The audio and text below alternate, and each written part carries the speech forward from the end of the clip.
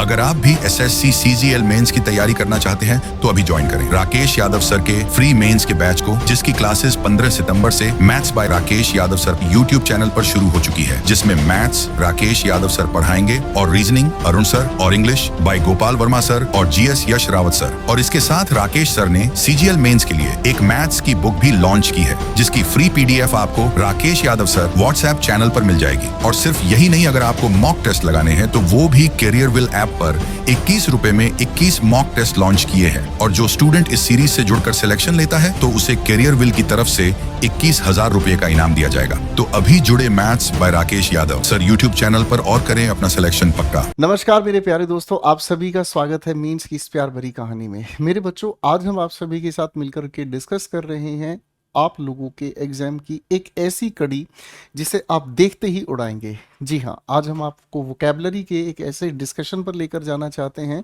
जिसे हम one word substitution कहते हैं। ज़्यादा कन्फ्यूजन इसमें नहीं होगी, क्वेश्चन को आप देखेंगे, उड़ाएंगे। ठीक है दोस्तों, लेकिन मेरा ये फर्ज बनता है कि जितना भी ये मैं आज आप लोगों को कंटेंट कराऊंगा, इस कंटेंट में एक क्वेश्चन का एक ऑप्शन तो आपको सही मिल जाएगा, बाकी ऑप्शंस को डिकोड करना भी आप लोगों को सिखाएंगे। ठीक है दोस्तों, तो चलिए आज की मोहब्बत को शुरू करते हैं मेरे साथ।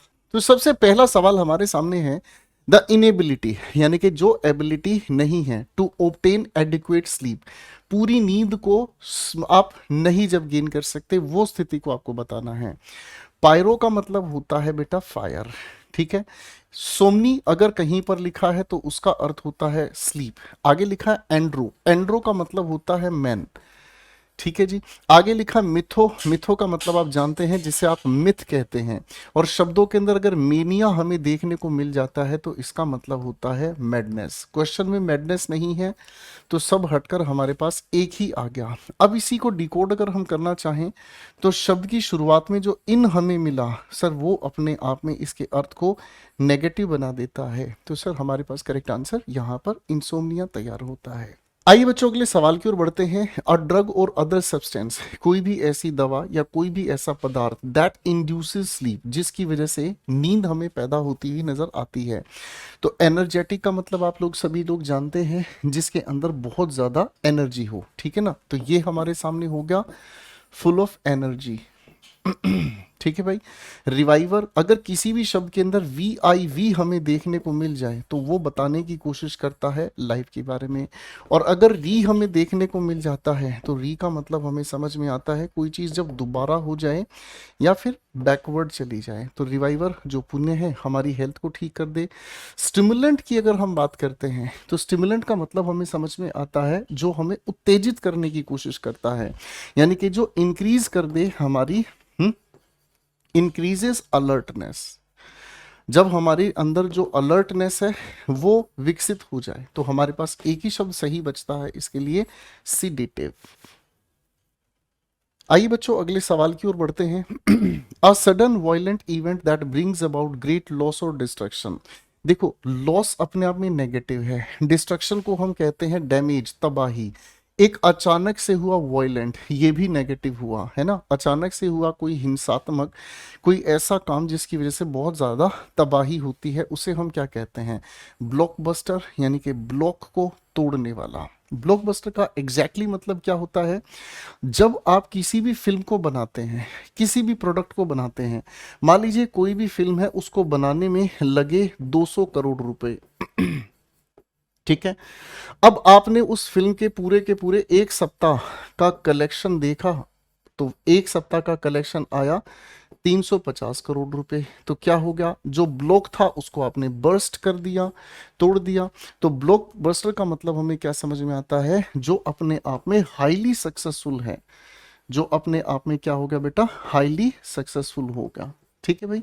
आगे आता है फार्स। फार्स का मतलब होता है बेटा कॉमेडी, ठीक है ना, जिसमें जैसे आप लोग एक शो देखते हैं ना, द कपिल शर्मा शो, जिसके अंदर किसी अन्य इंसान के चेहरे की बनावट सुनील ग्रोवर अपनाता है और फिर कॉमेडी करता है, ठीक है ना। तो वो है अपने आप में फार्स, ठीक है। इंट्रीग्यू की अगर हम बात करते हैं तो इंट्रीग्यू का मतलब होता है कोई सीक्रेट प्लॉट, यानी कि रहस्यमयी जो कहानी है, ठीक है ना, कोई भी सीक्रेटिव प्लॉट किसी भी कहानी का। तो सर इसके लिए हम सभी शब्दों को हटाएंगे। कैटा का मतलब हमें समझ में आता है बैड, स्ट्रोफ का मतलब सिचुएशन, तो बैड सिचुएशन को जो समझाने का काम करता है दैट इज कॉल्ड कैटास्ट्रोफी। इसकी प्रोनाउंसिएशन पर ध्यान रखिएगा, कैटास्ट्रोफी। ओके बेटा, आइए अगले सवाल की ओर लिए चलते हैं। समवन, यानी कि यहां इंसान की बात कही गई है। जिन शब्दों के अंत में आपको IST, आपको ER, आपको OR या खाली R जुड़ा हुआ नजर आए तो आप हमेशा समझिएगा आप उसके जरिए पर्सन की बात कर रहे हैं, या जिसके द्वारा वो काम कराया जाता है उस इंसान की बात कर रहे हैं। Someone who has too much admiration, प्रशंसा कितनी, टू मच, बहुत ज्यादा प्रशंसा से भरा हुआ हो, किसके लिए, अपने ही लिए, ठीक है ना जी। तो अपने लिए ही अगर कोई इंसान, देखो सारे शब्दों के अंत में इस्ट जुड़ा है, अब आपको लॉजिक धीरे धीरे समझ में आएगा। थ्रोप की अगर हम बात करते हैं तो ये हो गया हमारे सामने पीपल। मिजन या मीजो की अगर हम बात करते हैं तो ये बताता है नफरत, तो इंसान जगत से नफरत करने वाला होगा मिजनथ्रोपिस्ट। सर गैमी की मतलब अगर हम बात करते हैं तो गैमी का मतलब होता है शादी, वेडिंग, ठीक है जी। तो सर मीजो का मतलब थोड़ी देर पहले बताया हेट, ठीक है जी, यानी कि जो शादी से नफरत कर रहा है, विवाह विरोधी इसे हम कहते हैं, ठीक है। PAN, किसी भी शब्द के अंदर अगर हमें PAN देखने को मिल जाए तो इसका मतलब होता है सभी। और तीस्ट का मतलब THEI अगर कहीं पर देखने को आपको मिलता है, थी या थियो, तो ये बताने की कोशिश करता है रिलीजियन के बारे में।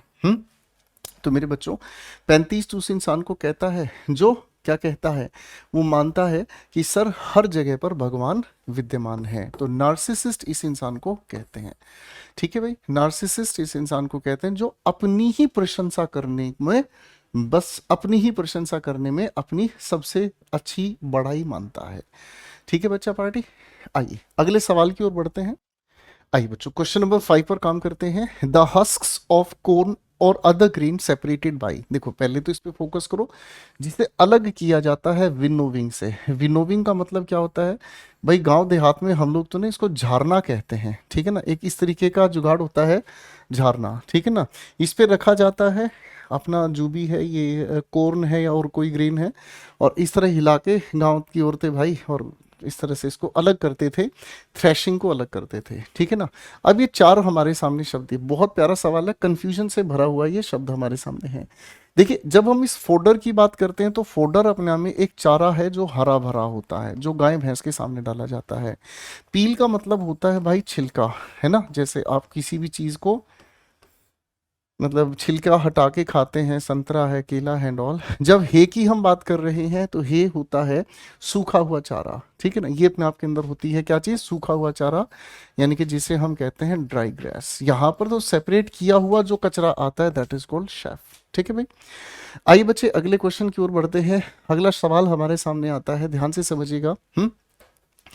इरेशनल, रेशनल का मतलब तर्क से भरा, इर लगाने की वजह से जिसमें तर्क खत्म हो जाता है। फियर ऑफ वाटर, फियर को देखेंगे तो सभी जगह फोबिया आपको जस्टिफाइड होता नजर आ रहा है। किसी भी शब्द के साथ अगर फोबिया हमें देखने को मिलता है तो फोबिया का मतलब क्या होता है, जो हमें फियर बताने का काम करता है, डर बताने का काम करता है, ठीक है भाई। अब आ जाओ भाई, देखो हाइड्रो का मतलब तो पानी हो गया, ठीक है मेरे बच्चों। कैको का मतलब हो गया बेड, ठीक है जी। यहाँ एक्रो का मतलब हो गया जिसे हम कहते हैं हाई या हाइट, ठीक है ना जी, हाई या फिर कह लीजिएगा इसको हाइट, ठीक है, मैं हाइट लिख देता हूँ। क्लास्ट्रो का मतलब क्या होता है, जो चारों ओर से घिरा हुआ होता है, ठीक है ना, जो चारों ओर से क्या होता है, घिरा हुआ होता है। तो बेटा अब पानी को लेकर बचता है एक ही विकल्प, इसके अलावा कुछ नहीं।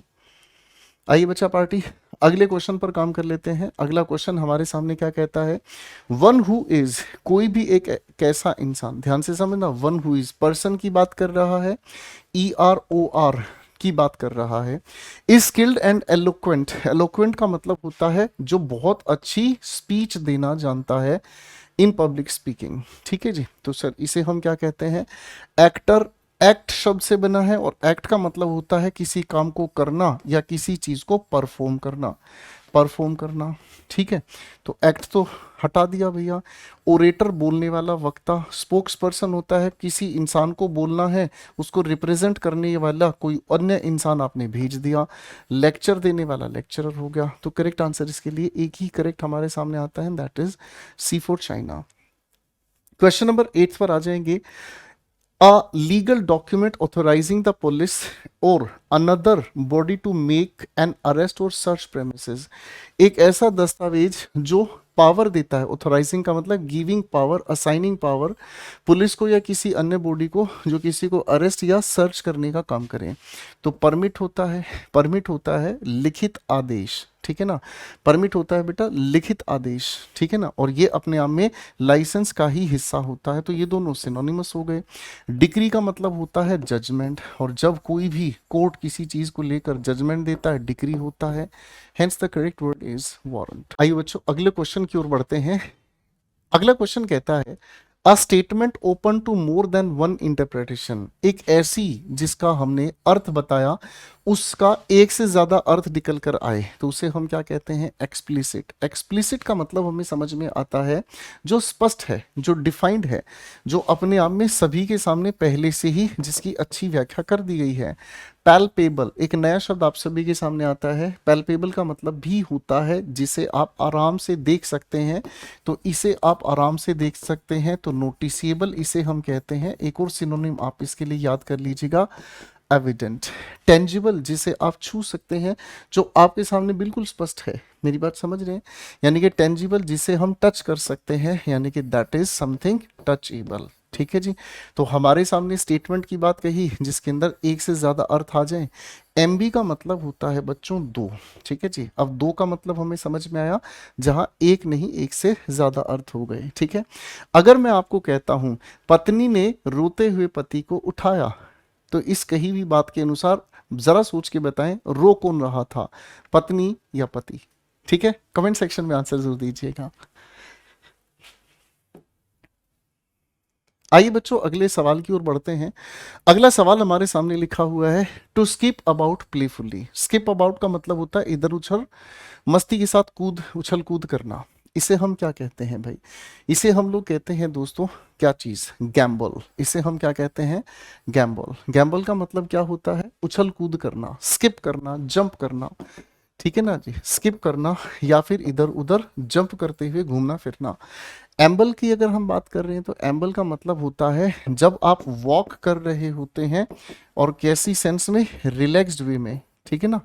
जब आप वॉक करते हैं भाई, आप डिनर कर रहे होते हैं, डिनर करने के बाद आप फिर शाम को थोड़ी देर घूमने फिरने निकल जाते हैं, बिल्कुल धीरे धीरे आप चल रहे होते हैं, किस लिए, ताकि खाया पिया आपको डाइजेस्ट हो जाए, ठीक है ना। जब स्क्रैम्बल की हम बात करते हैं तो स्क्रैम्बल का मतलब क्या होता है, भागने की कोशिश करना।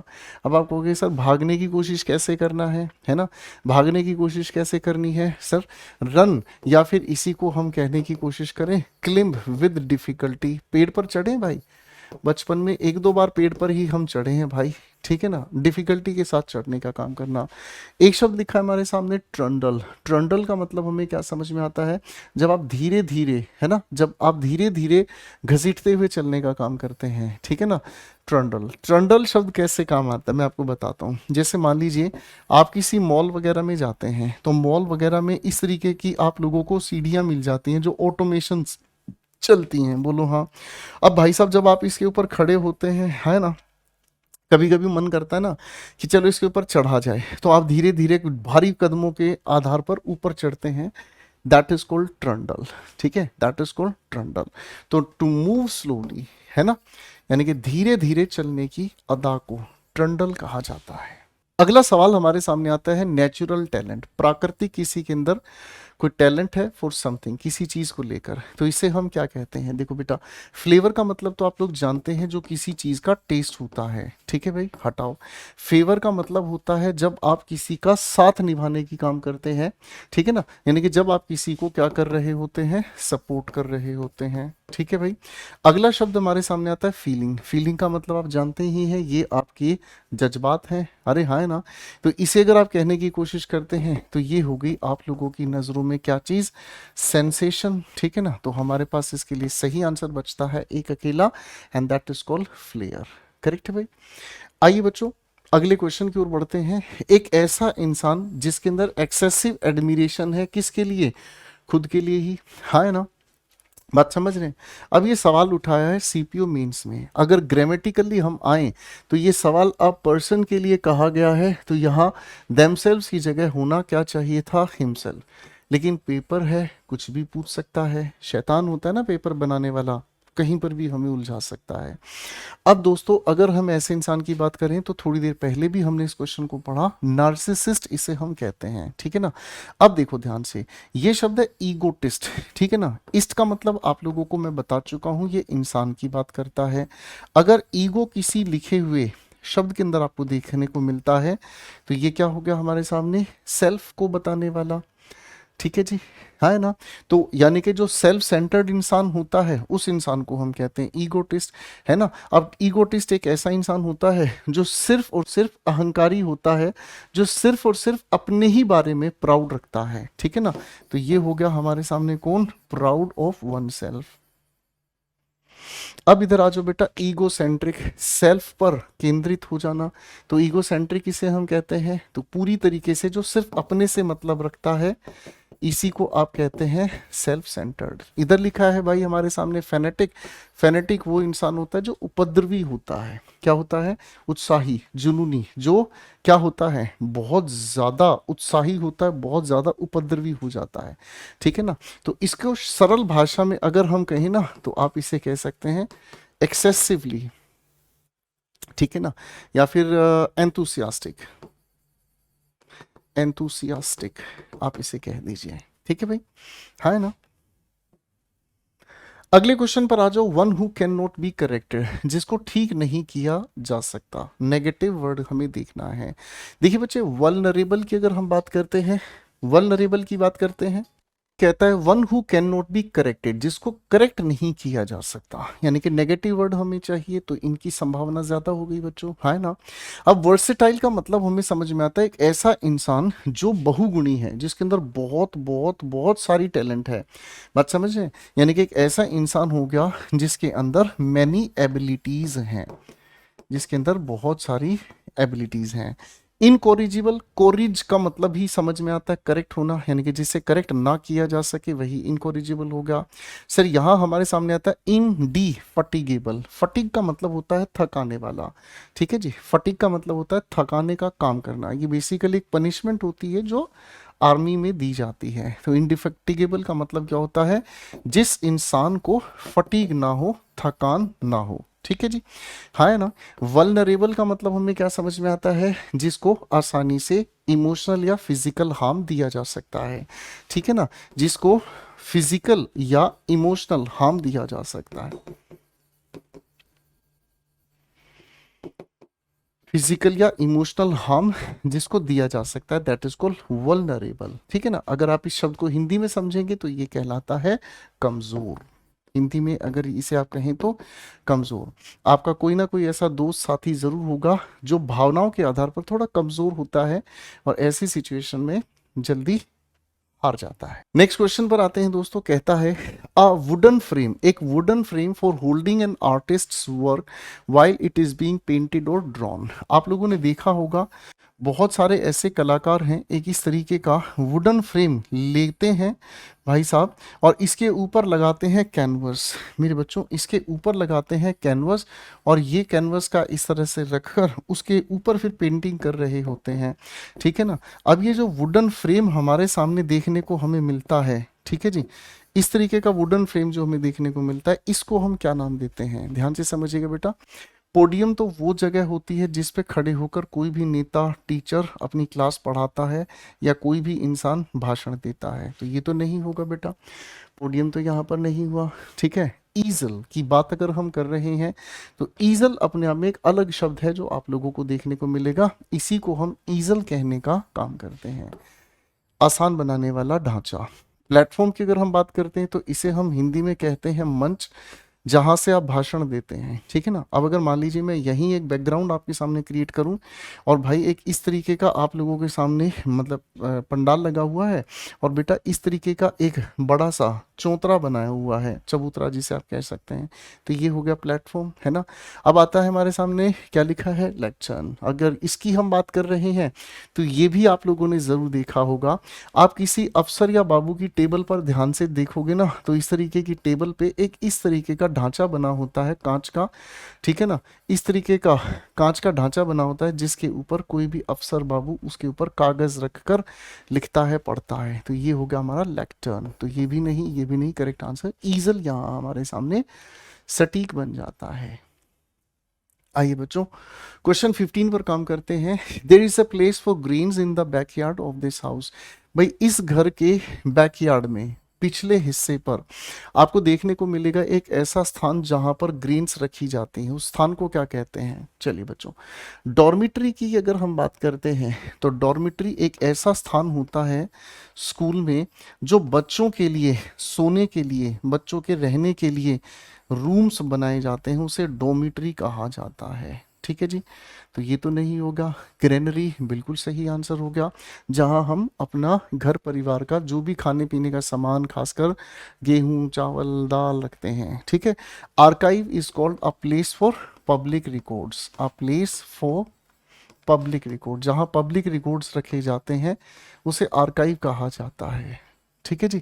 अब आता है हमारे सामने क्या चीज, एपियरी। जब एपियरी की हम बात कर रहे हैं तो आप लोग जानते हैं एपियरी का मतलब हमें समझ आता है अ प्लेस ऑफ बीज। एपी का मतलब ही होता है बीज, ठीक है ना। तो ये बी जहां रखी जाती हैं, पाली जाती हैं, मधुमक्खियां जहां पाली जाती हैं हनी प्रोडक्शन के लिए। ठीक है, चलिए बच्चों क्वेश्चन 16 हमारे सामने है। She was known for her ability, वह जानी जाती है अपनी एबिलिटी के लिए, to communicate effectively and express herself clearly in writing and speaking. जो यहाँ पर आप लोगों के सामने हाईलाइटेड है उसको लेकर एक वन वर्ड सब्स्टिट्यूशन आपको बताना है। देखो, इनकोहेरेंस, कोहर का मतलब होता है रिलेट, कोहर का मतलब क्या होता है, रिलेट करना। इन लगाने की वजह से जो आपस में रिलेटेड नहीं है, ठीक है ना, जो आपस में रिलेटेड नहीं है इनकोहेरेंस कहलाता है। आप इसी चीज को याद करने के लिए कहने की कोशिश कर सकते हैं असंगति, ठीक है ना। नहीं हुआ। आर्टिकुलेशन, बोलने में, बात कहने में स्पष्ट होता है। मम्बलिंग और रैम्बलिंग, मम्बलिंग का मतलब होता है जब आप मंद आवाज में, जब आप मंदी आवाज में किसी के लिए कुछ कहना शुरू करते हैं। जैसे आपको अगर कभी कोई बड़ा इंसान डांट रहा होता है तो आप हल्के, मेरे को क्या फर्क पड़ता है, कितनी देर तक धमकाता रहे, माई फुट, मम्बलिंग, ठीक है ना। इसी को थोड़ा थोड़ा आप इस शब्द से भी याद कर सकते हैं, मर्मर। रैम्बलिंग का मतलब क्या होता है, रैम्बलिंग का मतलब होता है एक ऐसी बातचीत जिसके अंदर आप नॉन स्टॉप बोल रहे होते हैं। कभी किसी शराबी को आपने देखा है भाई, शराबी जब बोलना शुरू करता है तो वो कुछ भी बोलना शुरू करता है तो बोलता ही रहता है, दैट इज कॉल्ड रैम्बलिंग, ठीक है ना। यानी कि जिसे हम लोग अगर कहने की कोशिश करें, कंफ्यूज्ड प्रोलोंग्ड टॉक, प्रोलोंग्ड काफी लंबे समय से चलती हुई एक कंफ्यूजन से भरी हुई बातचीत। खैर हमारे पास करेक्ट आंसर आर्टिकुलेशन बनता है।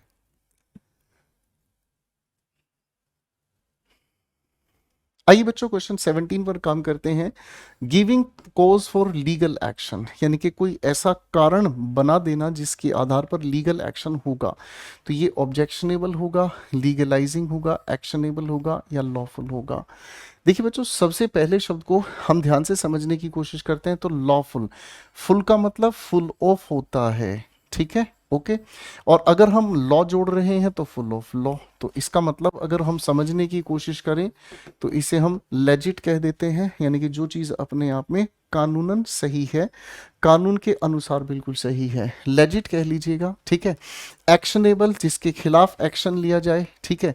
लीगलाइजिंग का मतलब हमें समझ में आता है, बिल्कुल वही जो ऊपर लिखा है, ये दोनों सिनोनिम है मेरे दोस्तों। ऑब्जेक्शनेबल का मतलब होता है जिस बात पर आप आपत्ति जताने की कोशिश करते हैं। तो ये हो गया हमारे सामने ऐसा शब्द जिसका अर्थ है कोजिंग डिसअग्रीमेंट, यानी कि जिसके आधार पर हम क्या बताते हैं, अपनी डिसअग्रीमेंट बताते हैं। तो correct answer is actionable. Question 18 पर आइए दोस्तों। कहता है question 18, photographers who follow celebrities to get their pictures to sell them. ठीक है ना। अब ये तो इतना कॉमन क्वेश्चन है, आप लोग देखते रहते हैं, दुनिया भर की रील्स बनती है जिसमें कोई भी एक्टर आपके सामने चल रहा होता है और पीछे फोटोग्राफर्स, मैडम एक बार, मैडम एक बार, मैडम एक बार, मैडम गोपाल सर के लिए एक बार, ma'am please smile, baby smile, वो फोटो खींचने का काम कर रहे होते हैं। तो वैसे सभी इनको हम पेप्स कहते हैं, पेपरेजी कहते हैं। अब ये शब्द थोड़ा सा खतरनाक है। पेपरेजी नाम का एक इंसान हुआ करता था जो सबसे पहले, इसी के नाम के आधार पर ये रखा गया है, ये सबसे पहले के ऐसा इंसान हुआ करता था जो सेलिब्रिटीज की उनकी मर्जी के बगैर फोटोज खींचता था। समझ रहे हैं? उनकी मर्जी के बगैर उनकी फोटोज खींचता था, उन्हें पता ही नहीं चलने देता था। वहीं से उन सारे लोगों को ही, फॉलोअर्स जो होते थे फोटो खींचने वाले, उन सभी को पेपरेजी कहना शुरू कर दिया गया। रिपोर्टर जो न्यूज़पेपर की रिपोर्ट तैयार करता है, ठीक है ना जी, यानी कि ये वो इंसान हो गया जिसे आप जर्नलिस्ट कहेंगे। ठीक है, न्यूज़पेपर के लिए न्यूज़ बटोरने वाला। एडिटर जो जर्नलिस्ट यानी कि रिपोर्टर की न्यूज़ को एडिट करने का काम करता है। समझ रहे हैं? बात समझ रहे हैं? यानी कि रिपोर्टर की जितनी भी खबरें हैं उन सभी को क्या करता है, ओवरसी, देखता है क्या सही है इसमें क्या गलत है। और इंटरव्यूअर का सवाल आप लोगों से होमवर्क में मैं पूछ रहा हूं। एक तो इंटरव्यूअर हो गया और एक इंटरव्यूवी हो गया। इन दोनों में क्या फर्क है भाई, ये आप मुझे बताएंगे। इंटरव्यू को मैं तोड़ देता हूं आप लोगों के लिए। जब इंटर की बात हम करते हैं तो इसका मतलब होता है बिटवीन, और व्यू का मतलब होता है देखना। ठीक है ना जी। तो अंदर देखने का एक प्रोसेस इज कॉल्ड इंटरव्यू। अब आप इन दोनों शब्दों के फर्क मुझे बताएंगे। ठीक है बच्चों, आइए अगले सवाल की ओर लिए चलता हूं आप लोगों को। Question 19 we have, the science and art of growing vegetables, fruits and flowers is called. ठीक है, इसे हम क्या कहते हैं, हर्डिंग, हैपोलॉजी, हॉर्टिकल्चर, हर्पेटोलॉजी। ठीक है ना। तो ये आप लोगों के लिए खूबसूरत सा होमवर्क है, ध्यान से समझकर इसका आंसर मुझे बताने की कोशिश करेंगे। ये सवाल आपके लिए है, मेहनत कीजिएगा, आंसर जरूर बताइएगा। ठीक है बच्चों, चलिए एक नया सवाल आप लोगों के सामने है और ये CGL टीयर 2 से क्वेश्चन आप लोगों के लिए उठाया गया है। ध्यान रखिएगा, विज्ञान, अध्ययन, जानकारी को बताने वाले शब्द लॉजी से ही हम लोगों को देखने को मिल जाते हैं। ठीक है, फिर भी आप लोगों को देखना है विज्ञान के साथ साथ कला भी यहाँ पर होनी चाहिए। किस चीज़ को, वेजिटेबल, फ्रूट, फ्लावर्स को उगाने की। तो इन चारों में से सोच समझ के आंसर दीजिएगा। बहुत प्यारा सवाल आप सभी के लिए है। आइए बच्चों, क्वेश्चन 20 पर चल रहे हैं हम। क्वेश्चन 20 हमें क्या कहता है, arched structure in garden having climbing plants. ठीक है ना जी, जिनके ऊपर प्लांट्स हमें क्लिम्बिंग नजर आते हैं। ठीक है ना जी, ये एक आर्क्ड स्ट्रक्चर है जो गार्डन में लगाया जाता है। इसे हम क्या कहते हैं? ठीक है जी, इसे हम क्या कहते हैं, ध्यान से समझना। देखो जी, शेड की अगर हम बात करते हैं तो शेड अपने आप में होता है, आपके आंगन में इस तरीके का एक छप्पड़ डाल दिया भाई, जिसके अंदर आप लोगों की भैंस बांध दी गई। ठीक है ना, सिलेक्शन नहीं होगा तो बेटा यही भैंस आप लोगों के पास आएगी और आपके पास आके बोलेगी माँ आजा। ठीक है भाई, तो ये हो गई शेड। ठीक है ना, ये बेसिकली स्मॉल स्टोरेज की तरह से भी काम कर रहा होता है। इधर लिखा हमारे सामने पाथ, रास्ते की बात हो गई। ठीक है जी, ये तो सिंपल पगडंडी है। ठीक है ना, छोटा रास्ता होता है। ठीक है जी, इसे हम अगर कहने की कोशिश करें तो स्मॉल पैसेज, छोटा रास्ता इसे हम कहते हैं। ठीक है, परगोला इसका सही आंसर है। और शेल्टर होता है जहां रहने का स्थान होता है, that is what you call, मौसम से बचने के लिए एक हम कहते हैं निवास स्थान, अगर हम कहने की कोशिश करते हैं ना। शेल्टर ऐसे घर को कहा जाता है जो बेसिकली सेफ्टी के लिए या प्रोटेक्शन के लिए हम यूज करते हैं। ठीक है जी, चलिए बच्चों, क्वेश्चन 21 कहता है, टू द अटमोस्ट या मोस्ट एब्सोल्यूट एक्सटेंट और डिग्री, यानी कि जो बहुत ज्यादा दूर तक, बहुत ज्यादा हद तक किसी बात के मीनिंग को हमें समझाता है, उसे हम क्या कहते हैं, मेरली, बेरली, प्राइमरी या क्वाइट। ध्यान से समझेंगे, मेरली का मतलब हमें क्या समझ आता है, मेरली का मतलब समझ में आता है ओनली, सोलली, केवल, मात्र। आगे हमारे सामने लिखा हुआ है दोस्त क्या चीज, बेयरली। बेयरली का मतलब होता है रेयरली। आप जानते हैं ये शब्द अपने आप में कैसा होता है बच्चों, ये शब्द अपने आप में नेगेटिव होता है। प्राइमरीली का मतलब हमें समझ में आता है जो अपने आप में मुख्य रूप से है। अगर हम साधारण हिंदी इसकी समझें तो मुख्य रूप से, अंग्रेजी में कहें तो मेनली। तो सर जो पूरी तरह से अपने आप में, क्वाइट आपके सामने इसका आंसर है। अब आप लोगों को ये बताना है दोस्तों, पार्ट्स ऑफ स्पीच के अनुसार ये शब्द क्या है, अपने आप में एडजेक्टिव है, अपने आप में नाउन है, अपने आप में ये एडवर्ब है, या फिर अपने आप में ये शब्द डिटरमिनर है।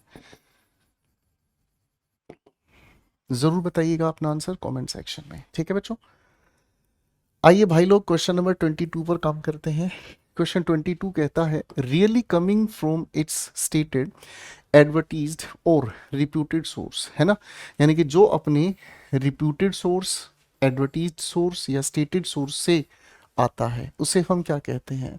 देखो बोगस की अगर हम बात करते हैं ना, तो बोगस का मतलब हमें समझ में आता है जो झूठ से भरा है, जो दिखावे से भरा है, इसी को हम कहते हैं प्रिटेंडेड।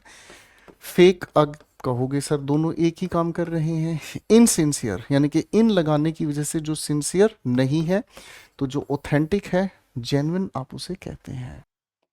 आइए बच्चों क्वेश्चन 23 पर काम करते हैं। An expert in writing by hand, वो जो हाथों से एक्सपर्ट लिखावट लिख दे उसे हम क्या कहते हैं। ध्यान से देखिएगा, एंडोडोंटिस्ट नया शब्द आप सभी के लिए है, ठीक है।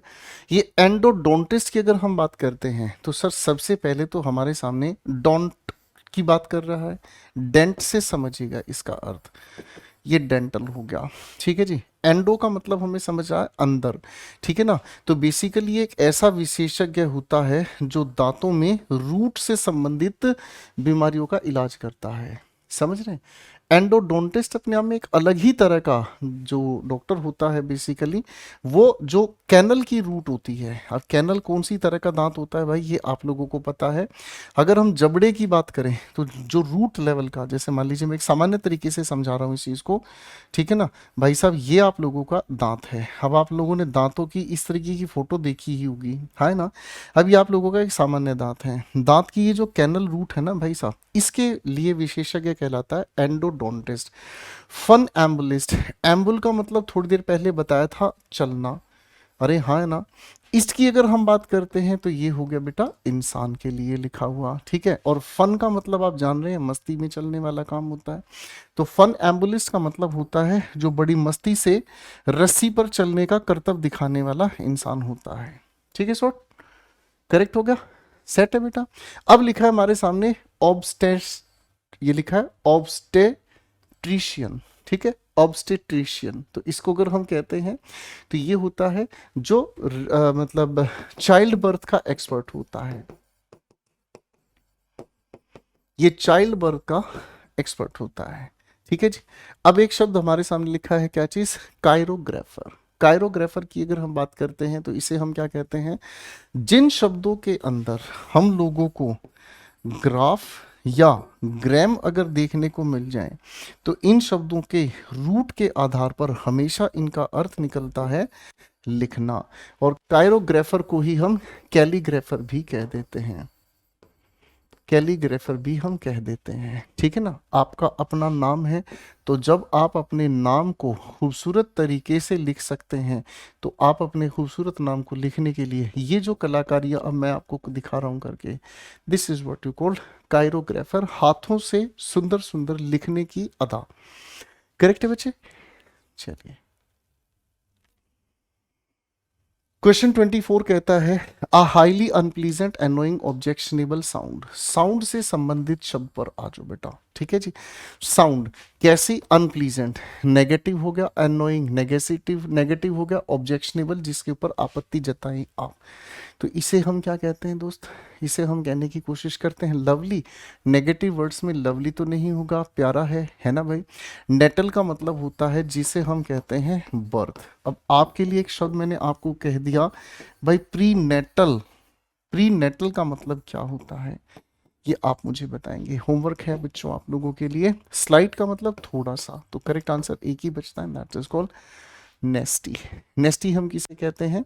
जो हमें परेशान करता है। इसके सिनोनिम्स एनोइंग है, अनप्लीजेंट है, ऑब्जेक्शनेबल है। ठीक है बेटा। आइए भाई क्वेश्चन नंबर 26 पर काम कर रहे हैं हम। An entertainer who performs difficult physical feats. ठीक है, ध्यान से समझने की कोशिश करना। भाई आप जब सर्कस में जाते हैं तो सर्कस में एक इंसान आप लोगों को दिखाई देता है, ठीक है ना जी। और वो कर क्या रहा होता है? अपने हाथों से वो भाई बहुत सारे ऑब्जेक्ट से को हवा में यूं घुमाकर दिखाता है, और वो आपको दिखाता रहता है इस तरीके के ऑब्जेक्ट्स, ठीक है ना। आपको बड़ा अच्छा लगता है, ठीक है ना जी। कहते तो इसको जगलर है हम। इस तरीका का कोई भी करतब हमारे सामने करके दिखा रहा होता है। अब बेटा ऐसे इंसान को हम क्या कहते हैं? ध्यान से समझिएगा, ठीक है। अगर हम कहें आर्टिसन, नहीं होगा। क्यों नहीं होगा भाई? आर्टिसन का मतलब होता है शिल्पकार, यानी कि एक ऐसा इंसान जो हाथों से कोई भी चीज बना सकता है, ठीक है ना। तो इसे हम कहते हैं स्किल्ड क्राफ्ट्समैन। नहीं होगा, ठीक है जी। आर्टिस्ट जो कला का काम करने वाला है, ठीक है। आर्ट के साथ इस्ट जुड़ा है तो वो इंसान जो कला का काम करता है, ठीक है ना, यानी कि जो कला का काम करने वाला हो गया। आर्चर हम किसे कहते हैं? आर्चर हम किसे कहते हैं? तीरंदाज, ठीक है ना जी। तो हमारे प्यारे अर्जुन हमें याद आ रहे हैं, तीरंदाज हो गए आर्चर, ठीक है जी। ओके, तो एक्रोबैट की हम बात करते हैं, ठीक है बेटा। क्वेश्चन 26 पर आएंगे बेटा। आइए भाई, made of artificial substance. Artificial जो बनाया हुआ है, सब्सटेंस या मटेरियल से, ठीक है, यानी कि जिसे इंसान ने अपने हाथों से बनाया है। ऑथेंटिक तो आप किसे कहते हैं? ऑथेंटिक उससे कहते हैं जो प्रमाणिक है, वो वास्तविक है, जेन्युइन है, रियल है, ठीक है भाई। हाँ ना। एक्सपेंसिव का मतलब क्या होता है? जिसको मेंटेन करने के लिए बहुत ज्यादा खर्च करना पड़ता है। एक्सपेंसिव को हम कॉस्टली भी कह देते हैं। इधर लिखा है ऑफेंसिव। ऑफेंसिव शब्द बना है ऑफेंड से। अब ऑफेंड का अर्थ क्या होता है आप मुझे बताएंगे, ऑफेंसिव का अर्थ आप बताने का काम करेंगे, ठीक है ना जी। तो ये सभी अपने आप में नहीं है, सिंथेटिक ही हम कहते हैं। सिंथेटिक एक ऐसा चीज होता है, सब्सटेंस होता है जिसे इंसान ने बहुत सारी चीजों से मिलाकर बनाया है, that is called synthetic. Question 27 कहता है a decision on which one can not go back. एक ऐसा डिसीजन जिस पर इंसान वापस नहीं जा सकता है, ठीक है जी। आप ध्यान से देखिएगा एक एक शब्द के ऊपर, ठीक है ना। अगर किसी शब्द के अंदर क्रेड लिखा है, क्रेड की अगर हम बात करते हैं तो क्रेड का मतलब होता है बिलीव। ईबल का मतलब योग्य, और भाई इन लगाने का मतलब नॉट। तो इनक्रेडिबल का मतलब जो विश्वास करने योग्य ना हो। सर प्रोब का मतलब हमें समझ में आता है, प्रोबेब का मतलब समझ में आता है जिसके अंदर संभावना बताई जाती है, ठीक है जी। तो इम्प्रोबेबल यानी कि जो अपनी संभावना खत्म कर देता है। अनलाइकली टू हैपन, इसका अर्थ अगर मैं आपको बता दूं बहुत अच्छा लगेगा आपको। आप कहेंगे सर अनलाइकली टू हैपन यानी कि जिसके होने की संभावना खत्म हो जाए, ठीक है जी। इररेवोकेबल, सर रिवोक करने का मतलब होता है किसी चीज को कैंसिल करना, ठीक है ना। रिवोक का मतलब होता है किसी चीज को ऑफिशियली कैंसिल कर देना, ठीक है भाई। कोरिज का मतलब करेक्ट जिसे किया जाना है। इन लगाने का मतलब जिसको करेक्ट ना किया जा सके। तो ये भी हमारे सामने गया, हमारे सामने एक ही आंसर बचता है इररिवोकेबल, ठीक है दोस्तों। चलिए क्वेश्चन 28 पर आते हैं। Central character in a story और प्ले। आप कोई भी फिल्म देखने जाते हैं बड़े पर्दे पर, ठीक है ना जी। फाइन, कोई भी फिल्म देखने जाते हो तो उसके अंदर एक ही मेन कैरेक्टर होता है जिसके चारों ओर आप लोगों को कई सारे कैरेक्टर भटकते हुए नजर आते हैं। उसे आप क्या कहते हैं? एडवर्जरी। एडवर्जरी का मतलब क्या होता है? विरोधी। ओपोनेंट को हम कहते हैं एनिमी। ओपोनेंट हम इसे कहते हैं, नहीं चलेगा। प्रोटेगोनिस्ट, प्रो का मतलब होता है फॉरवर्ड, आगे, ठीक है जी। और आगे आके कौन कर रहा है? गॉनेस्ट। गॉनेस्ट का मतलब जिसके सबसे आगे आकर बहुत सारे काम दिखाए जाते हैं, ठीक है। अगर किसी भी शब्द के अंदर GON हमें देखने को मिल जाए तो उसका मतलब होता है एंगल या फिर साइड, जिसके कई एंगल सबसे सामने दिखाए जाते हैं। यही इसका सही जवाब होगा। लिखा है कॉन्टेंडर। कॉन्टेंडर हम किसे कहते हैं? कॉन्टेंडर हम कहते हैं प्रतिद्वंदी को, जो कॉम्पिटिटर होता है। कॉन्टेंडर किसे कहते हैं? कॉम्पिटिटर यानी कि जो किसी चीज का प्रतिद्वंदी होता है। जब एमुलेटर की हम बात करते हैं तो एमुलेटर का मतलब होता है जो क्या कर रहा होता है, इमिटेट कर रहा होता है, ठीक है ना, इसको हम कहते हैं इमिटेटर, ठीक है ना, जो किसी की नकल उतारता है। समझ में आ रही है बेटा, जो किसी की नकल उतारता है उसे हम कहते हैं emulator. A long wooden seat, एक लंबी wooden seat with a back, जिसकी कमर भी होती है, for people to sit on in a church, ठीक है ना जी। ये बेसिकली एक इस तरीके का बेंच होता है भाई, चर्च में बनाया जाता है। और भाई इसकी, अब आप रेलवे स्टेशन वगैरह पर देखते हो इस तरह का बेंच, ठीक है ना, तो मैं कुछ अलग से नहीं बना रहा हूँ, ऐसे बेंच हमने देखे हैं। ये बेसिकली चर्च में रखे जाते हैं जहाँ लोग बैठकर पूजा पाठ करते हैं। ऑल्टर तो वो होती है जहां पर हम भगवान की मूर्ति को कुछ समर्पित करते हैं। जैसे यहाँ पर हमारे सामने कोई भी भगवान की एक बहुत बड़ी मूर्ति है, उसके सामने हमने इस तरह का एक ऑल्टर बनाया जिस पर हम चीज़ों को समर्पित करते हैं। नारियल रख दिया, माला रख दी, है ना भाई, धूप अगरबत्ती फल मिठाई एटसेट्रा, ऑल्टर कहलाता है। प्यू करेक्ट आंसर है बेटा। पल्पिट, पल्पिट हम कहते हैं उस रेज्ड प्लेटफॉर्म को जहां से कोई भी बोलने वाला, भाषण बोलने वाला खड़ा होकर बोलता है। ये हमारे सामने एक प्रांगण है, यहाँ किसी इंसान ने एक बहुत ऊंचा सा प्लेटफॉर्म बना दिया, यहाँ एक नेता भाई माइक लगाकर खड़े होके बोलेगा, ठीक है जी। तो ये क्या है अपने आप में, पल्पिट, रेज्ड प्लेटफॉर्म, इसे हम कहते हैं रेज्ड प्लेटफॉर्म, ठीक है जी, जहां से कोई भी भाषण वक्ता देता है किसी भी इंसान के सामने, करेक्ट है। अब आता है आयल। जब इस आयल की हम बात कर रहे हैं तो ये होता है एक नैरो पैसेज, गलियारा, गलियारा। तो आयल को अगर हम बोलने की कोशिश करेंगे, अ नैरो पैसेज, ठीक है, गलियारा, ठीक है जी। तो करेक्ट आंसर हमारे सामने प्यू बनता है। बेंच कह लीजिए। क्वेश्चन 30 पर आएंगे मेरे बच्चों। सवाल कहता है एक ऐसा इंसान जो अकंपनी साथ देता है somebody टू प्रोटेक्ट हिम, उसके प्रोटेक्शन के लिए, ठीक है ना, जो उसके प्रोटेक्शन के लिए सलमान खान के साथ शेरा, कहने के लिए तो बॉडीगार्ड है लेकिन वो हर समय उनको आगे चलकर, आगे से आगे चलने के लिए एस्कॉर्ट करता है। डिफेंडर तो बचाने वाला हो गया, डिफेंडर कौन हो गया, रक्षक हो गया, ठीक है ना जी। यानी कि बेसिकली ये वो इंसान है जो क्या कर रहा होता है, गार्ड्स कर रहा है, गार्ड कर रहा है, ठीक है जी। गाइड जो किसी चीज के बारे में आपको कोई चीज समझाता है, गाइड जो किसी चीज को समझाने का काम करता है, यानी कि वो जो हमें कोई भी चीज को समझने में मदद करता है। कंपेनियन साथी होता है। तो बेटा एस्कॉर्ट से अच्छा कोई इसका अर्थ नहीं बनता है बाबू, ठीक है।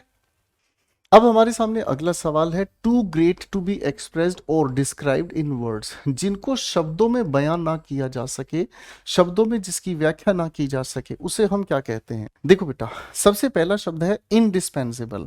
डिस्पेंस का मतलब क्या होता है, इच्छा। जहां इच्छा ना चले, जहां अपनी इच्छा के अनुसार किसी चीज को नहीं टाला जा सके, तो आप उसी चीज को क्या कहेंगे, एसेंशियल।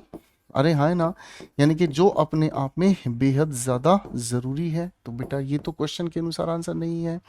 इनफॉलिबल, फॉलिबल फॉल शब्द से बना है, ठीक है ना। तो इनफॉलिबल का मतलब जो अपने आप में फेल नहीं हो पाए, है ना, यानी कि जो अपने आप में फेल नहीं हो पाए उसी को हम कहते हैं क्या, रिलायबल, जिस पर भरोसा होता है। इनडेलिबल, डेली का मतलब डिलीट करना, मिटाना, तो इनडेलिबल का मतलब होता है जिसको मिटाया ना जा सके, समथिंग दैट बिकम्स परमानेंट, जो परमानेंट बन जाती है। इनएफेबल, यही इस लिखे वन वर्ड सब्स्टिट्यूशन का आंसर बन जाता है दोस्तों, करेक्ट है। आइए भाई अगले सवाल की तरफ चलते हैं बच्चों। क्वेश्चन 32 पर काम करते हैं। A mass of snow, ice and rocks falling rapidly down the mountain side, ध्यान से समझिएगा भाई साहब, ये जमीन है, ठीक है जी, हो सकता समुद्र हो, ये पहाड़ है, यहां से ऊपर से लगातार पत्थर या मलबा जो जमीन की ओर गिरता है, इसे आप क्या कहते हैं। तो बेटा इसके हिसाब से हम क्या कहेंगे, ब्लिजर्ड, ग्लेशियर, एवलांशे या टाइफून।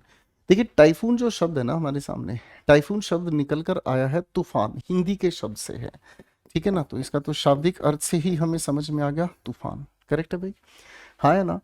करेक्ट है। तो ये बेसिकली अपने आप में तेज हवाओं के साथ जो बारिश आती है उसे हम तूफान कहते हैं। ग्लेशियर की अगर हम बात करते हैं तो ग्लेशियर अपने आप में जो बर्फ का टुकड़ा पानी के अंदर बहता हुआ जाता है। याद है ना, टाइटैनिक डूबा था भाई साहब, इस तरीके का एक ग्लेशियर आप लोगों ने देखा था जिसका 1/3 दिख रहा था, 2/3 छिपा हुआ था पानी में। ब्लिजर्ड हमारे सामने एक शब्द आता है जिसे हम तूफानी बर्फ कहते हैं। जब तूफान चल रहा होता है और उसके अंदर बर्फबारी हो रही होती है, ब्लिजर्ड कहलाता है। तो एवलांचे इसे हम कहते हैं, और ये कई बार आप लोगों को देखने को मिलता है एग्जाम्स में। ठीक है बच्चों, आइए बच्चे अगले क्वेश्चन की ओर बढ़ते हैं। The original natives of a country, किसी देश के जो मूल निवासी हैं उसे हम क्या कहते हैं। देखिए बच्चों, शब्द बहुत प्यारे हैं, यहाँ पर ध्यान रखिएगा। पहला शब्द हमारे सामने आता है, क्या चीज, कैनिबल। मांसाहारी को हम कहते हैं जो बच्चों का मांस खाते हैं, ठीक है ना, खासकर जो बच्चों का मांस खाते हैं, ह्यूमन फ्लैश खाते हैं, ठीक है ना। आप इसे लिख लीजिएगा बड़े अच्छे से, जो ह्यूमन फ्लैश खाने वाला काम करते हैं। ठीक है जी। ट्राइबल यानी कि जो ट्राइब से रिलेटेड हैं, जो विलुप्त जनजातियां हैं। एबोरिजिन्स, ये इसका करेक्ट आंसर है मेरे बच्चों, ठीक है ना। सैवेज हम कहते हैं किसको, असभ्य को, जो सभ्य नहीं है, ठीक है ना, जो अनसिविलाइज्ड है, इसी को सैवेज के आधार पर अगर हम कहने की कोशिश करें तो ये हो जाता है प्रिमिटिव। ठीक है, ये होता है अनसिविलाइज्ड। ठीक है, ये होता है अनसिविलाइज्ड। फाइन, चलिए बच्चों क्वेश्चन 34 पर आ जाइए। A set of rooms specially in a hotel for the use of one person और हिज फैमिली। एक ऐसा रूम सेट जो बनाया जाता है खास तौर पर होटल के अंदर, जिसमें एक इंसान या उसका परिवार रह सकता है। सर अबोर्ड की अगर हम बात करते हैं तो अबोर्ड अपने आप में रेजिडेंस के लिए यूज होता है, तो रेजिडेंस की तो कैटेगरी से ही बाहर हो गया। अपार्टमेंट होता है एक बहुत बड़ी जो बिल्डिंग होती है उसका एक छोटा टुकड़ा जिसके अंदर आप रहते हैं। अपार्टमेंट को आप फ्लोर भी कह सकते हैं, या फिर ऐसा कह लीजिएगा, मान लीजिए ये हमारे सामने एक बहुत बड़ी जमीन का टुकड़ा है और यहाँ बहुत ऊंची ऊंची बिल्डिंग बनाई हुई है, तो इनको आप अपार्टमेंट कह सकते हैं। ठीक है भाई। फ्लैट आप जानते हैं, फ्लोर को ही हम फ्लैट कहते हैं। बेसिकली होटल के कमरे को स्वीट कहते हैं। इसकी प्रोनाउंसिएशन का भी ध्यान रखेंगे, इसे स्वीट कहते हैं। ठीक है, इसकी प्रोनाउंसिएशन का ध्यान रखिएगा, स्वीट। Question 35, substance.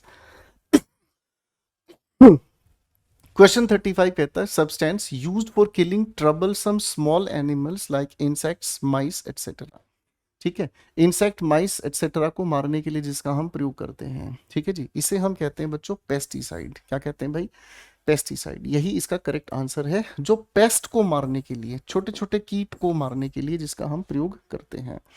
आता है हमारे सामने फंगीसाइड। देखो सभी शब्दों के अंत में साइड लिखा है। साइड का मतलब हमारे समझ में आता है या तो किसी की किलिंग या फिर किसी का मर्डर बताने वाले शब्द की बात हो गई। ठीक है जी।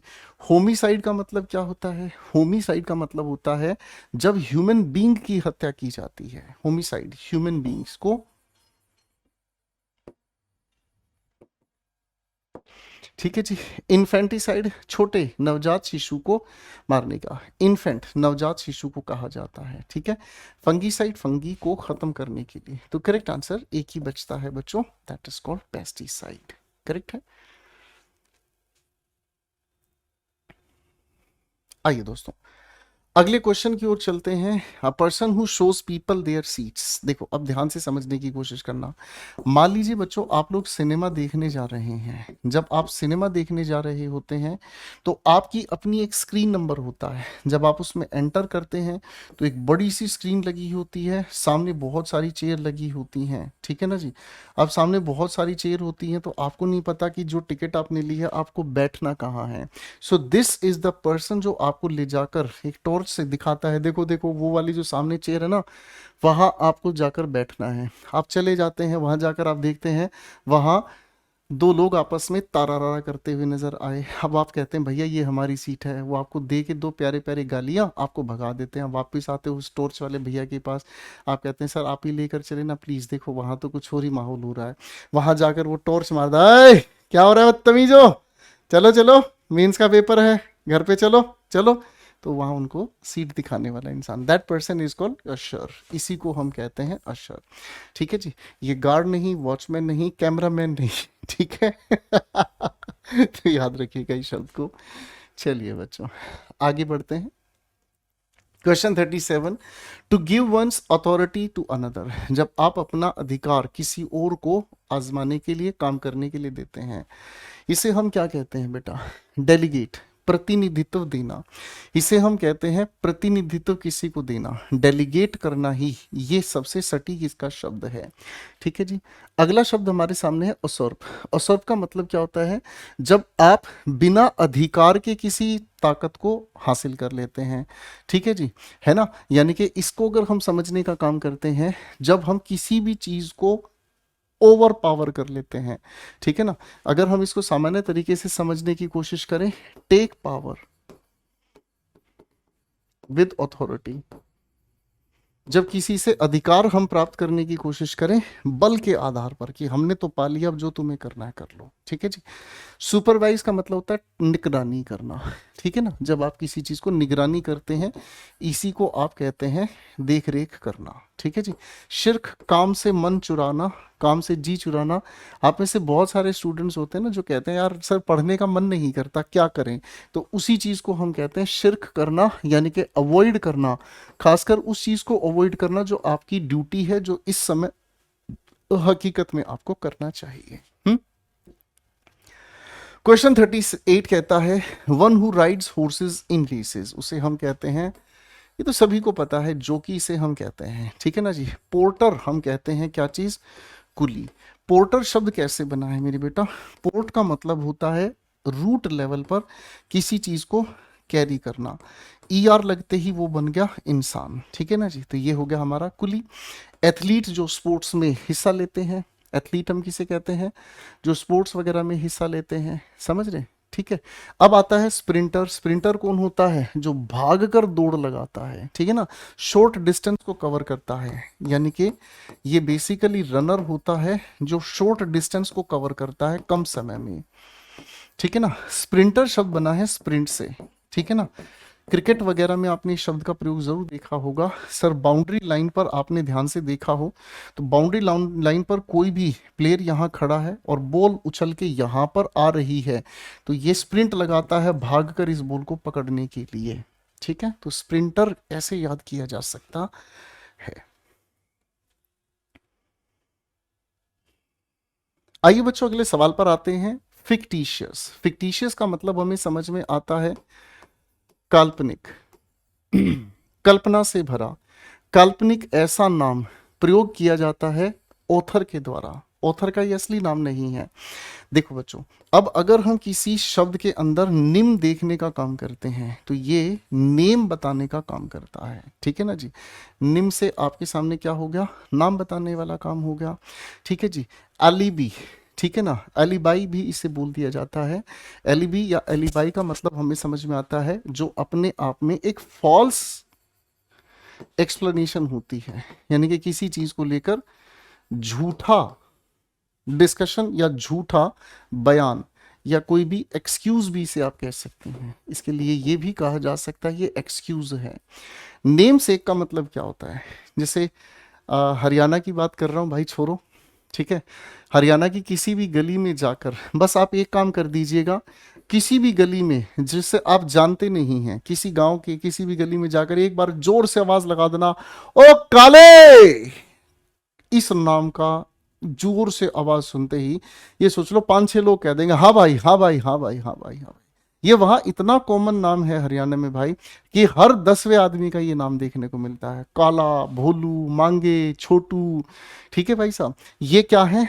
ठीक है, अब भाई साहब जैसे आपने आवाज लगाई 2 इंसान निकलकर सामने आ गए, इसका भी नाम काला, इसका भी, ये दोनों एक ही नाम के इंसान हैं, नेम सेक कहलाते हैं। ठीक है ना, 2 people with similar name is called name sec. Correct है, हाँ है ना। होमो का मतलब हमें समझ में आता है सिमिलर। ठीक है ना। अब होमोनिम अपने आप में वोकैबुलरी की एक कैटेगरी होती है दोस्तों। ठीक है ना, ऐसे शब्द जिनकी सेम स्पेलिंग होती है, प्रोनाउंसिएशन भी सेम होती है, लेकिन इनका मीनिंग डिफरेंट हो जाता है। जैसे अगर मैं आपके सामने कहता हूं जिनकी स्पेलिंग भी सेम है, पेशेंट को 2 तरह प्रयोग कर सकते हैं।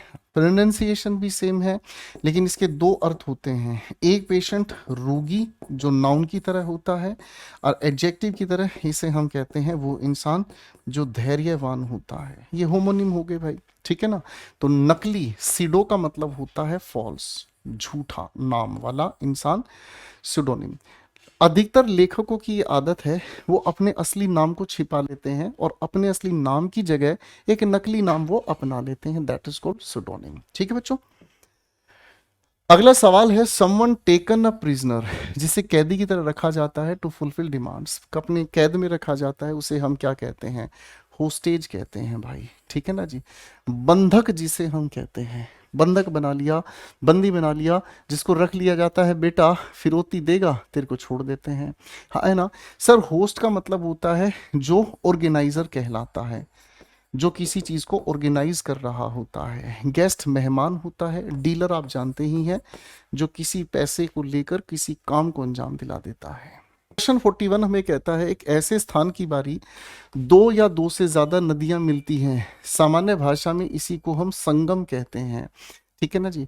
भारत में कितने संगम प्रसिद्ध हैं? होमवर्क में कमेंट सेक्शन में जरूर बताइएगा। 5 संगम के नाम आप मुझे जरूर बताइए जहां नदियों का मिलन होता है। उसे हम क्या कहते हैं?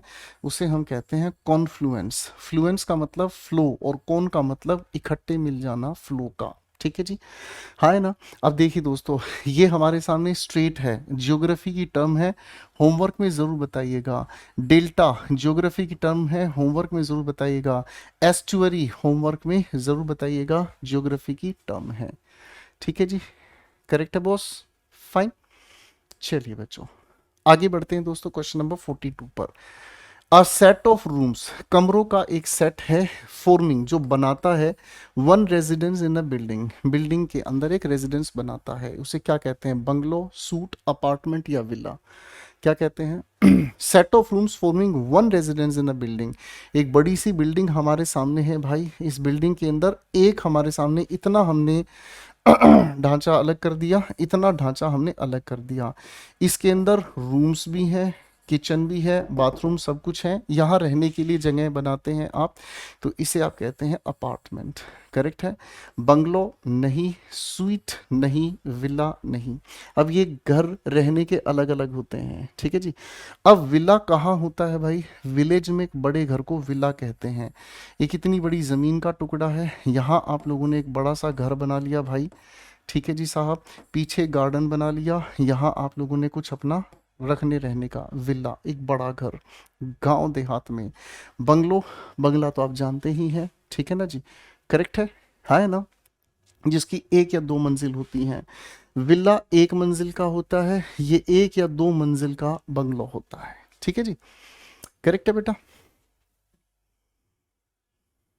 क्वेश्चन नंबर 43 पर आ जाएंगे। टू लेंथ्स ऑफ रोप, रस्सियों की दो लेंथ, वुड और मेटल, विच क्रॉस पीसेज, ठीक है ना जी, with cross pieces, use for climbing up और डाउन द वॉल्स, जिसको आप मतलब दीवार पर चढ़ने या उतरने के लिए यूज कर सकते हैं। ध्यान से समझेंगे, दो लेंथ ये हमने बना दिया, किसी की, या तो रस्सी की या वुड की, मेटल की, किसी भी चीज की हो सकती है, क्रॉस पीसीज इसके अंदर लगा दिए जाते हैं। लो भाई ये तो बन गई हमारी सांप सीढ़ी वाली सीढ़ी, हाँ है ना। तो इसे हम स्टेप्स कहते हैं। स्टेप्स हम नहीं कहते सर, स्टेप्स तो होते हैं हमारा जो घरों में बना हुआ है, आप देखते हैं भाई घरों में बने हुए जीने तो इस तरीके से। भाई साहब ड्राइंग बहुत मस्त है इस मास्टर की, बस ये एक बार मुझे मिल जाए ना कसम से, ठीक है ना, इस मास्टर की तो बोलो तारा रा, ठीक है। ये आपकी स्टेप्स हैं, ठीक है जी। लेडर इसका करेक्ट आंसर है। रेलिंग, सपोर्टिंग चीज को हम रेलिंग कहते हैं, ये रेलिंग बना दी भाई साहब, सपोर्ट जिसे हम कहते हैं। हटाओ भाई, स्टेयर्स आपके सामने ये बन ही गए हैं, स्टेप्स को ही हम स्टेयर्स कह देते हैं बेटा, ठीक है ना जी। सेट है बॉस, क्या क्या गजब का बंदा है, एक ही ड्राइंग में सब समझा दिया। अगर ये मुझे मिल जाए ना कहीं गोपाल वर्मा, कसम से कसम उड़ान छल्ले की, इसको तो मैं आज बेटा अगले एक सवाल पर आ जाए। अब मेडिकल डॉक्टर्स की बात कही जा रही है जो स्पेशलाइज करते हैं डायग्नोज, रोग को पहचानने की, कौन से रोग, बीमारियों को पहचानने की, जो एक्सरे ढूंढे, सीटी स्कैन ढूंढे, अल्ट्रासाउंड के आधार पर बीमारी को ढूंढे, ठीक है ना जी। अब ध्यान से समझो, लॉजी शब्द तो सभी में छिपा हुआ है, लॉजी का मतलब आप जानते हैं जब आप किसी चीज के अध्ययन की बात कर रहे हैं। इस्ट लिखा है तो इंसान की बात हो गई है ना। चलो ये भी समझ में आ गया। डर्मा का मतलब होता है स्किन, तो क्या स्किन से रिलेटेड है ये बात हमारे सामने है जी। डिजीज यूजिंग एक्सरे हटाओ। सर रेडियो का मतलब क्या होता है? रेडियो का मतलब हमें समझ में आता है वो इंसान जो मेडिकल इमेज क्रिएट करता है, जो क्या कर रहा होता है, मेडिकल इमेज करके तैयार और उसके आधार पर स्टडी करने का काम करता है। कार्डियो का मतलब होता है बेटा हार्ट, तो हृदय विशेषज्ञ को कार्डियोलॉजिस्ट कहते हैं हम, है ना भाई साहब, कार्डियोलॉजिस्ट कह देते हैं जो हृदय विशेषज्ञ होता है। अब आता है हमारे सामने क्या, पैथोलॉजिस्ट। पैथो का मतलब क्या होता है, पैथो किसी शब्द के अंदर मिल जाए तो डिजीज, तो पैथोलॉजिस्ट वो होता है जो हमारे खून के आधार पर हमारे रोग की जांच पड़ताल करता है। तो हमारे सामने एक ही करेक्ट आंसर बचता है, दैट इज कॉल्ड रेडियोलॉजिस्ट। ठीक है, फाइन। आइए बच्चों क्वेश्चन 45 देखते हैं। समथिंग ऑफ लिटिल वैल्यू और इंपॉर्टेंस, जिसकी वैल्यू या इंपॉर्टेंस बहुत सूक्ष्म होती है, कम होती है, जिसकी वैल्यू या वर्थ न के बराबर होती है, उसे हम क्या कहते हैं? ठीक है जी। फंडामेंटल को मतलब हम समझने की कोशिश करें तो बेसिक, मूलभूत, ठीक है ना। इसीलिए अगर आपको पेपर में बेसिक फंडामेंटल कहीं देखने को मिल जाए तो बेसिक फंडामेंटल अपने आप में सुपरफ्लूस हो जाता है। ठीक है जी। स्कैंटी का मतलब होता है जिसकी मात्रा कम होती है, ठीक है ना जी, जिसकी मात्रा कम हो जाती है, तो इसे समझने के लिए आप बेयरली इनफ का प्रयोग कर लीजिए, ठीक है ना, कम मात्रा जिसकी होती है। करेक्ट है, हाँ या ना। कार्डिनल की बात करते हैं तो कार्डिनल अपने आप में क्या होते हैं? कार्डिनल होते हैं जो अपने आप में बहुत महत्वपूर्ण होते हैं। अगर मैं आपको कहूं कार्डिनल सिनोनिम है फंडामेंटल का, तो आपका जवाब बिल्कुल सही हो जाएगा, ट्रिवियल। ठीक है ना जी। ट्रिवियल का मतलब होता है इनसिग्निफिकेंट, तुच्छ, जिसकी कोई वैल्यू हुई नहीं है, इनसिग्निफिकेंट। ठीक है बच्चे, करेक्ट है। क्वेश्चन 46 पर आ जाएं। अ स्लोली मूविंग मास और रिवर ऑफ आइस, ठीक है ना जी, धीरे धीरे बहने वाला वजन, या फिर रिवर ऑफ आइस यानी कि एक ऐसी नदी जिसमें बहुत सारी आइस जमी हुई है पर वो धीरे धीरे बह रही है, उसे हम क्या कहते हैं? चलो भाइयों, थोड़ी देर पहले भी हमने पढ़ा था एवलांशे, ये तो नहीं होगा। एवलांशे होता है जब पहाड़ से बहुत सारे पत्थर टूटकर या आइस की शीट टूटकर जब रोड पर गिरती हैं, तो दैट इज कॉल्ड एवलांशे। ब्लिजर्ड तूफान, जो कौन सा तूफान होता है बेटा? ये एक ऐसा तूफान होता है जिसमें हम लोगों को बर्फबारी देखने को मिलती है। ठीक है जी। ग्लेशियर बिल्कुल सही जवाब होगा, टाइफून बिल्कुल नहीं होगा, तो करेक्ट आंसर हमारे सामने ग्लेशियर इसके लिए बन जाता है। आइए बच्चों अगले सवाल की ओर काम कर रहे हैं। लिखा है सेफ, सेफ होना किसके लिए? ड्रिंक के लिए। एडिबल, एडिबल हम उसे कहते हैं दोस्तों जिसे खाया जा सकता है, यानी कि जिसे खाया जा सकता है, ऐसी चीज जो सेफ है खाने में। ठीक है जी। फिजिबल की अगर हम बात करते हैं तो फिजिबल का मतलब होता है जो प्रैक्टिकल है, पॉसिबल है, जो प्रैक्टिकल है, या फिर जो अपने आप में क्या है, पॉसिबल है। ठीक है। अगला शब्द लिखा है डिलेक्टेबल। डिलेक्टेबल का मतलब क्या होता है? जो बहुत डिलीशियस है, ठीक है ना, जो बहुत ज्यादा मतलब आपको अपील करे, ठीक है ना। डिलीशियस इसके लिए आप कह सकते हैं, ठीक है ना, डिलीशियस इसे आप कहते हैं जो आपको अपील करे, ठीक है ना। पोर्टेबल हम इसे कहते हैं, पोर्टेबल को याद ऐसे कर लीजिएगा बेटा, पोर्टेबल वाटर आप लोगों को कई जगह पर लिखा हुआ मिल जाता है, यानी कि ऐसा पानी जिसे पिया जा सकता है। ठीक है बेटा, रेस्टोरेंट वगैरह में जाए तो इन चीजों को आप वहां देख सकते हैं। अगला सवाल है पार्टनर इन क्राइम, एक ऐसा इंसान जो किसी तरीके के क्राइम में आप लोगों का साथ निभाता है, ठीक है ना, तो ऐसे इंसान को हम कहते हैं अकम्प्लाइस।